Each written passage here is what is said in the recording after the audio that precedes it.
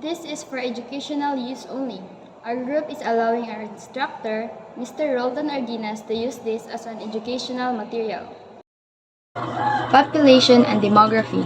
Population refers to the total number of individuals living in a specific geographical area at a given point in time.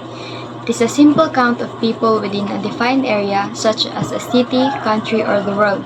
Population typically concerns the raw count or size of a group of people and does not delve into the details of their characteristics or behaviors. While demography is the scientific study of populations, particularly with regard to their size, structure, distribution, and changes over time, it focuses on analyzing and understanding the characteristics of a population such as age, sex, education, migration, birth rates, death rates, and more. So demography is concerned with understanding the composition and dynamics of a population, including factors that influence its growth or decline.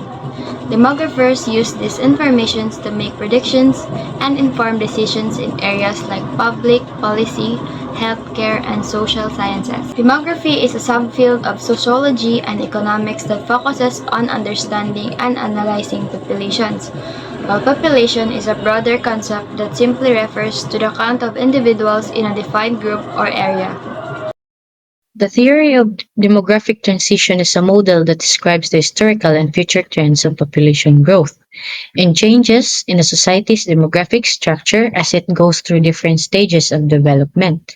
This theory is often used to understand how changes in birth rates, death rates, and population growth are related to a country's economic social development.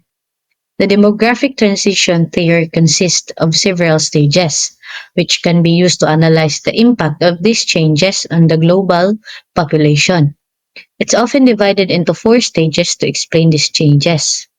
First is the high birth and death rates. In the first stage, both birth rates or the number of babies being born and death rates or the number of people dying are high. This means that the population doesn't grow much because the high birth rate is balanced by the high death rate. Many countries were in this stage in the past when healthcare and living conditions were not very good. The second is the high birth rates, declining death rates. In the second stage, and the death rate starts to drop because of the improvements in healthcare, sanitation, and food supply. However, the birth rate remains high. This leads to rapid population growth. Many developing countries are in this stage today, and they experience any population growth. Third is the declining birth and death rates. As a country develops and people become more educated and urbanized, birth rates start to decline. This is often because families have fewer children when they have access to better healthcare and education. Death rates continue to be low. Population growth slows down during this stage. Fourth is the low birth and death rates. In the final stage, both birth and death rates are low. This leads to a stable or even declining population. Developed countries like the United States and most of Europe are in this stage. So, the demographic transition theory has significant effects on the global population. First is the population growth. It helps explain why some countries have rapidly growing populations, while others have stable or shrinking populations. This has important implications for resource use, environmental impact, and economic development. The second is aging population. As countries move into the later stages of the demographic transition, they tend to have more elderly people, which can put pressure on the healthcare and social security systems. Third one is the economic impact. It affects a country's workforce and dependency ratios. In the earlier stages, there are more young people, which can be a demographic dividend of harnessed for economic growth. In the later stages, there may be a higher proportion of elderly people, which can strain social welfare systems. The fourth is the policy planning. Governments can use this theory to plan for the future, including healthcare, education, and family planning programs. to manage population growth and its impact on society. So overall, I can say that the theory of the demographic transition help us understand how a country's population changes over time due to changes in birth and death rates. This understanding is crucial for addressing various social, economic, and environmental challenges on a global scale. Global migration in the contemporary world refers to the movement of people from one country to another on a significant scale. This movement is driven by various factors such as economic opportunities, education, seeking asylum, family reunification, and environmental issues. In today's interconnected world, people are more mobile than ever before. They move across borders to find better jobs, access higher education, escape from conflict or persecution, or improve their living standards. Global migration has become a complex and multifaceted phenomenon impacting societies, economies, and culture worldwide. Government and international organizations often grapple with managing the challenges posed by migration, such as social integration, cultural diversity, and protection of migrants. Understanding global migration involves examining the motivation of migrants, the policies that govern migration, and social economies and political implications for both the countries of origin and destination. There are types of migrants. First, the asylum seeker usually have had to flee their home countries and cannot return due to fear of persecution or even death. An asylum seeker searches for international protection. Second, refugee.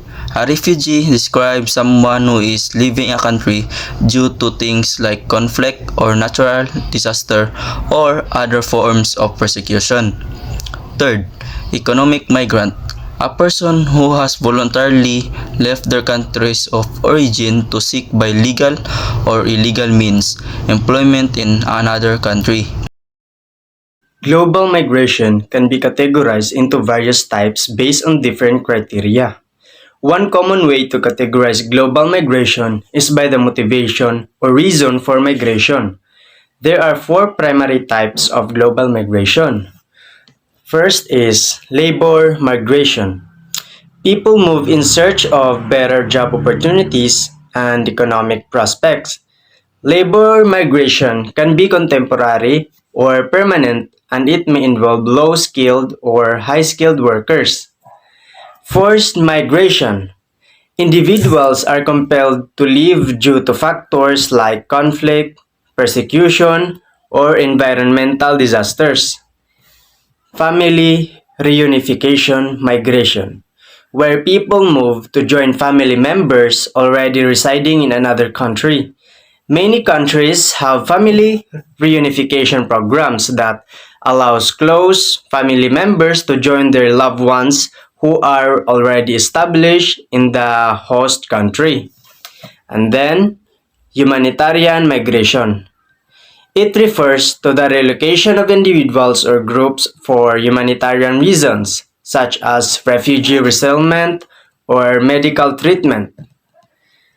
It's important note to that these categories are not always mutually exclusive, and some migrants may fall into more than one category, depending on their specific circumstances. Additionally, other types of migration, such as retirement migration, education migration, and lifestyle migration, can also be identified based on the motivation of the migrants.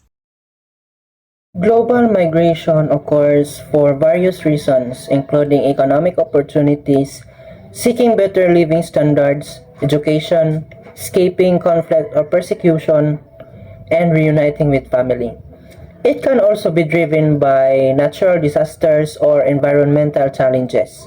Globalization advancements in transportation and communication technologies have also facilitated increased mobility and interconnectivity, contributing to the phenomenon of global migration. Moreover, global migration is shaped by historical, political, and economic forces including colonial legacies, geopolitical shifts, labor demands, and changing immigration policies. The interconnectedness of the global economy and advancements in transportation and communication have made it easier for people to migrate across borders. As a result, global migration has become a significant aspect of contemporary international relations and social dynamics. Example of global migration is the movement of people from developing countries to developed ones in search of better economic opportunities and living standards. For instance, individuals from various parts of the world may migrate to countries like the United States, Canada, or European nations for employment, education, or to reunite with the family members already settled there. So this phenomenon is often driven by the desire for a better quality of life and increased prospects for personal and professional growth. Both sending and receiving countries benefit from international migration. Sending countries gain from remittance, reduce unemployment, and return skills worker. Receiving countries experience economic growth, cultural diversity, job fulfillment, and increased tax revenue. So, international migration provide advantage to both sending and receiving countries, with sending countries benefiting from remittance and reduced labor force while receiving countries gain economic growth, cultural diversity, job fulfillment, and increased tax revenue. So, advantage of sending countries. Money from abroad, people working in another country often send money back to their family in their home country. This money is called remittance and help the economy. Less unemployment. When people move away to their work, it can reduce numbers of looking for job in their home country, which can lower unemployment. Skills coming back. Some people learn new skills or get better education in another country. When they return, they bring these skills with them which can helpful. So advantage of receiving countries. Economic growth. When people new to the country, they can work or pay taxes which can boost the country economy. New ideas and culture. Immigrants often bring new ideas, culture, and tradition. This diversity can make the country more interesting and innovative. Filling job gaps. Some countries need more workers in certain job or immigrant can help those gaps. Tax and contribution. Immigrants pay taxes and contribute to the country, social and economic system which can benefit everyone. So, in summarize, international migration offer dual advantage. Sending countries benefit from remittance, reduce unemployment, and return of skills individuals, while receiving countries enjoy economic growth, cultural enrichment, job gaps filling, and increased tax revenue. This underscore the mutual benefit that migration can bring to both sides. When discussing migration, there are potential disadvantages for both sending and receiving countries. It's important to note that the impact of migration can vary widely depending on the specific context and the policies in place. Here are some common disadvantages associated with both sending and receiving countries. So, disadvantages for sending countries. First, brain drain. Sending countries may experience a loss of skilled and talented individuals, leading to a brain drain. This can hinder economic development and innovation in the home country. So, second is dependency issues. Families left behind by migrants may become economically dependent on remittances, which can discourage local economic development and self-sufficiency. Third, labor shortages. Sending countries might face labor shortages in key sectors, especially if a large number of skilled workers leave the country. This can impact economic productivity and growth. So fourth is social challenges. Migration can lead to the fragmentation of families and communities, creating social challenges such as increased single-parent households and psychological stress among family members. So fifth is a pressure on public services.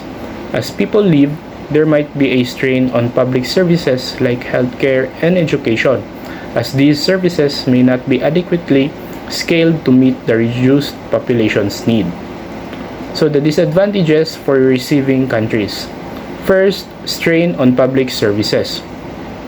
Receiving countries may experience strain on public services, especially in areas with high immigration rates. This strain can be felt in healthcare, education, housing, and social welfare programs. So second is social integration challenges. Cultural differences and language barriers can lead to social tensions and difficulties in integrating immigrants into the local community. So third is economic competition. Immigrants often compete for low-skilled jobs, potentially driving down wages for native workers in certain sectors. This can create economic tension and resentment. So fourth, security concerns. In some cases, there are concerns about security and potential criminal activities associated with immigration. This can lead to stricter immigration policies and border control measures. So fifth is strain on resources.